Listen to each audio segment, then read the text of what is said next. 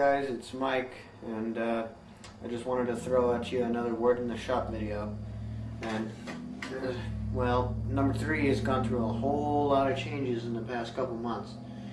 And, well, the thing you may have noticed, whether or not you watched my video or were able to, is, well, the number 3 is entirely scratch built now. And, yeah, I think that pretty much spells it all out. So yeah, now what I want to talk to you about is I want to show you all of the new things that I've done to the 3 since her rebuild. Alright, so here's rebuild number 3. Now the first thing I want to talk to you about is the new cab. Well, the most recently constructed cab. This one is made out of copper, and when I started the rebuild on number 3, the scale one, I took it all apart and I just cleaned it all up, and then I made a new front and back made of styrene, and the sides and top I soldered together. Being made out of copper, it made it very easy. So yeah, a very nice cab. It just needs to be riveted once I take it apart again in like 20 years.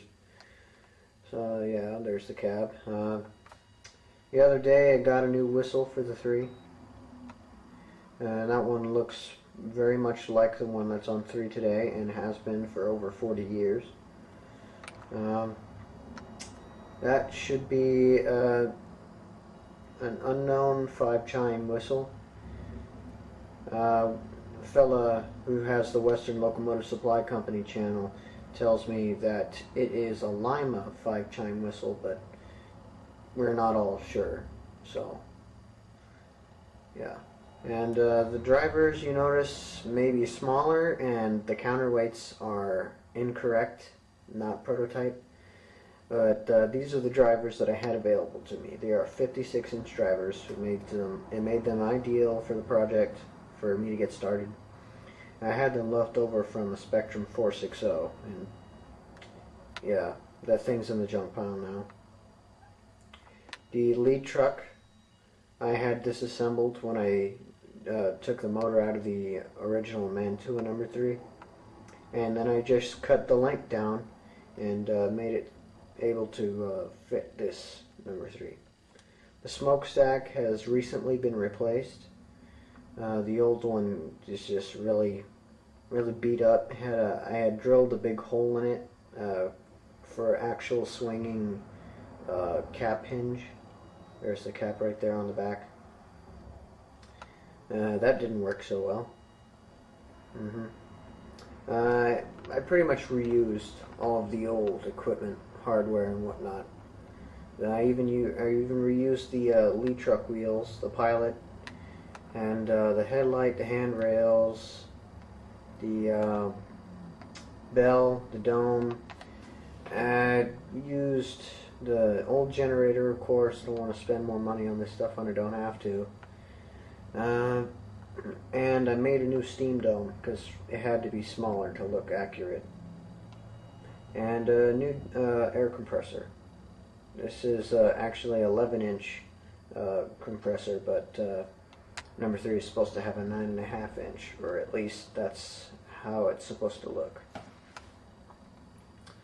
Yeah, I also recently added the brakes and brake shoes. See right there in front of the drive wheel. I'm missing a set right there on the front drive wheel. Thing you guys may have noticed when watching the last couple of videos, there's a big nut right there on the center drive wheel side rod, and that is actually functional. It's not just a display. It's kind of large for a display, but anyway, it actually works. My side rods are actually 2 pieces, like on the real number 3. And yeah, it takes a lot of tweaking to get this right. The main rod was sent to me by a friend of mine from a Sierra Railway Yahoo group, and that was from an Arbor Models 460 number 3 kit. The main rods and the crosshead guides and the crossheads themselves are scratch built. The smoke box is brand new. It's missing a set of rivets in the center there, but I'll get to that. The cylinders are from the Spectrum 460, and the firebox is also brand new. I utilize the old motor because I don't have $30 to go and waste when I could just use the old one. I put in a new gear tower, and she runs best as she ever has. She can't pull much right now. I need to put some frog snot traction paste on the front drive wheels, but after that she should be able to pull the same amount of cars as the real number 3 would.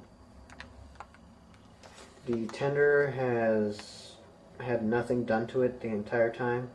It has relatively low maintenance, except for when I had to replace the end timber right there. I had to replace that a couple months ago, and I think this one's way better. Yeah. Just in case some of you guys didn't know, number 3's tender frame is entirely made out of wood, and the tender cistern is also from the Spectrum 460 locomotive. The oil tank is scratch built. The trucks are from a Roundhouse 280 locomotive. They're really the best choice of pickup because they pick up power on both sides of the truck. So there aren't as many stops over switches or gaps, picking up electric current and whatnot. Alright, so here's the old coupler as well. The unique thing about this is when I was doing a rebuild a while back, this isn't the one where I was doing the scale rebuild, but I was doing some work on the Mantua number 3. I didn't really want the pocket there, the coupler socket, so I did a crazy thing and I took the knuckle off of Katie coupler, and of course I clipped the glad hand like I usually do, and I custom made a little piece to fit in the socket. I also made my own socket, just like on the real number 3, and yeah, it moves freely. It doesn't have any spring action to center it or anything, but that's okay, I don't mind that.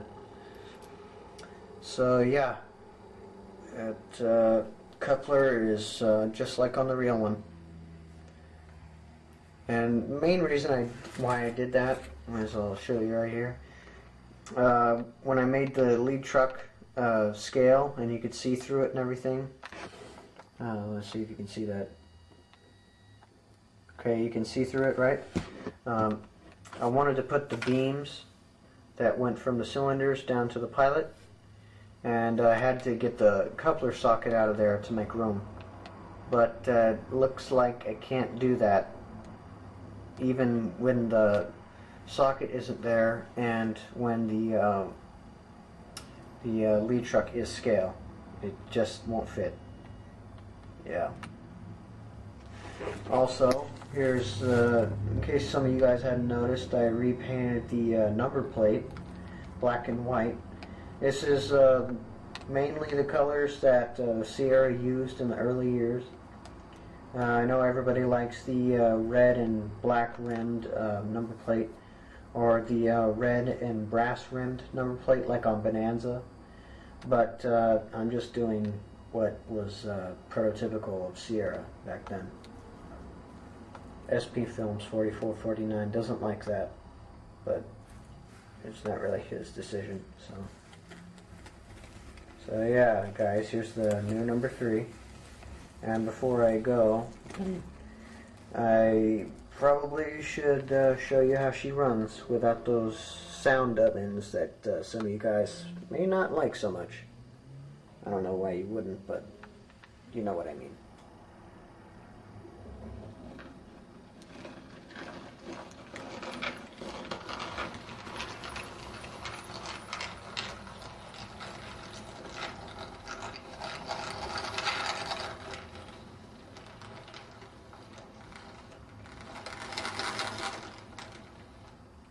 And with the train, that's the end of the track. And just in case some of you haven't watched my last video, this is the Warnerville module. And there's the Warnerville water tank without the water tank. Yeah, I'm doing some detail work on it right now.